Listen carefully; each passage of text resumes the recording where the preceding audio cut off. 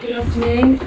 First of all, how do you reflect on Monday a few days on, and how big an opportunity does this weekend pose to get those top four? Monday is gone. Really looking forward to play in front of our fans tomorrow.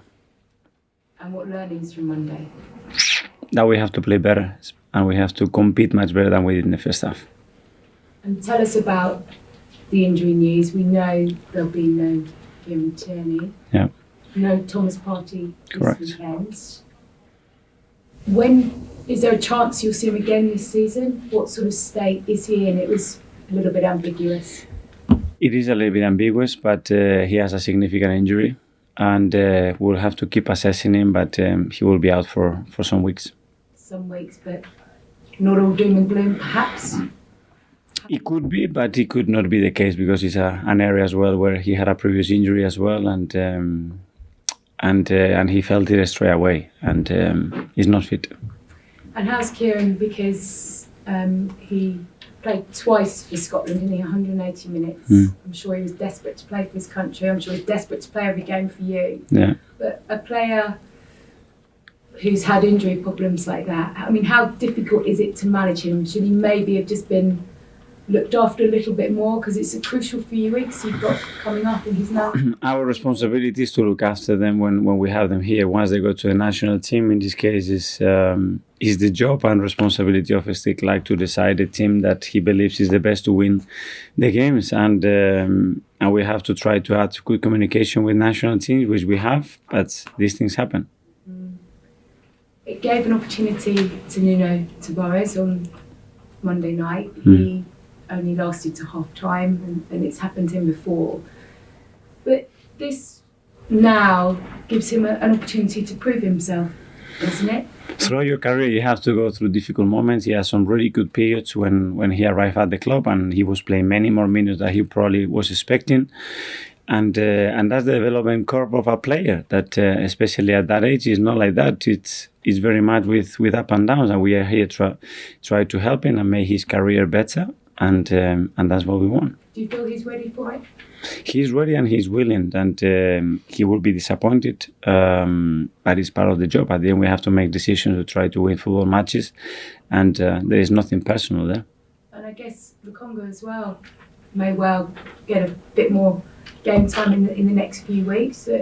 Again, he's somebody else that hasn't maybe played as much as he would have hoped. Well, he played quite a lot in the first part of the season, but obviously when you go to once a week because you don't have European football, it's more difficult to share the minutes because the minutes are less, and there are players that they haven't had a lot of chances to play. So great opportunity for them to show what they can do. And I also about Lacazette as well. He's not scored in open play since the beginning of December. And I guess while you're winning, that's all right, but the scrutiny becomes a little bit sharper, doesn't it, when you're not? So what do you do with that striking situation? I mean, you've got 9 games left. It's kind of still there for the taking for you. You evaluate things when you win or lose. It's not what we do, it's not our job. And Laka's contribution to the team in many other ways has been phenomenal. And of course, we want the strikers to score goals, and we know that. But when we are winning the games as well, we know that, and we require them to do that. So nothing has changed there. So a very tiny setback for you, but still very much believe that you can finish in the top 4. And it would happen, and it has happened with 9 games to go, and we have to react now. It's down to us, and we have to show tomorrow the energy, the commitment, and the passion that we want to play that game tomorrow in front of our fans. Thank you.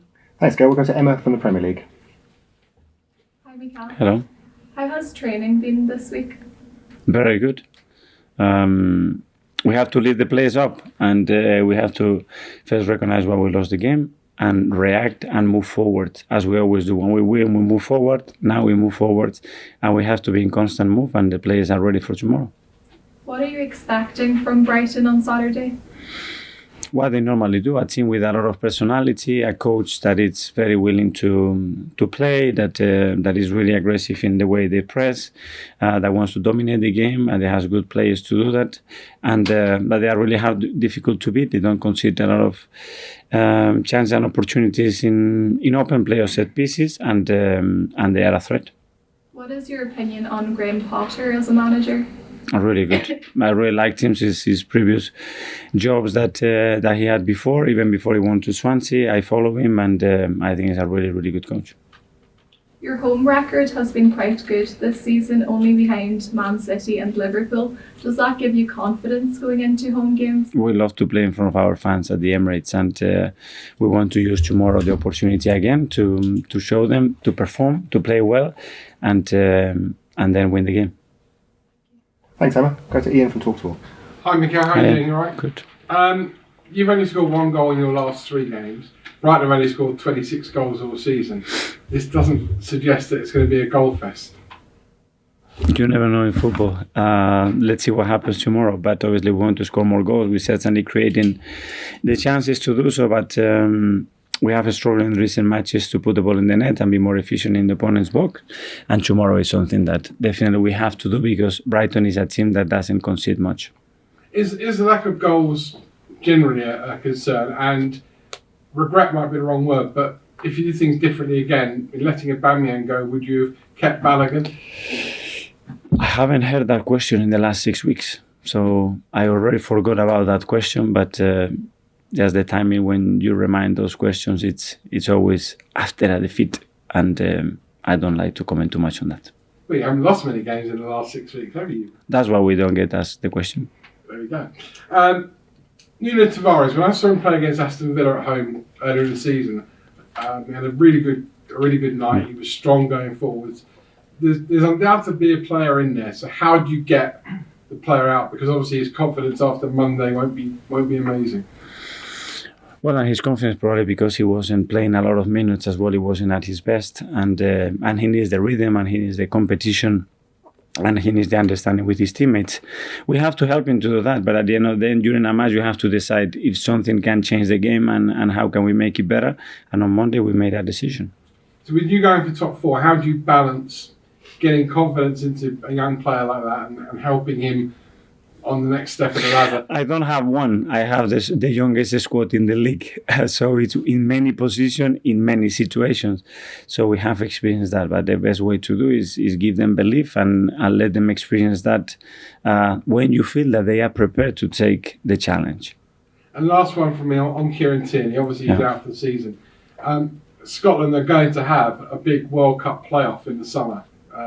First against Ukraine, then maybe against Wales.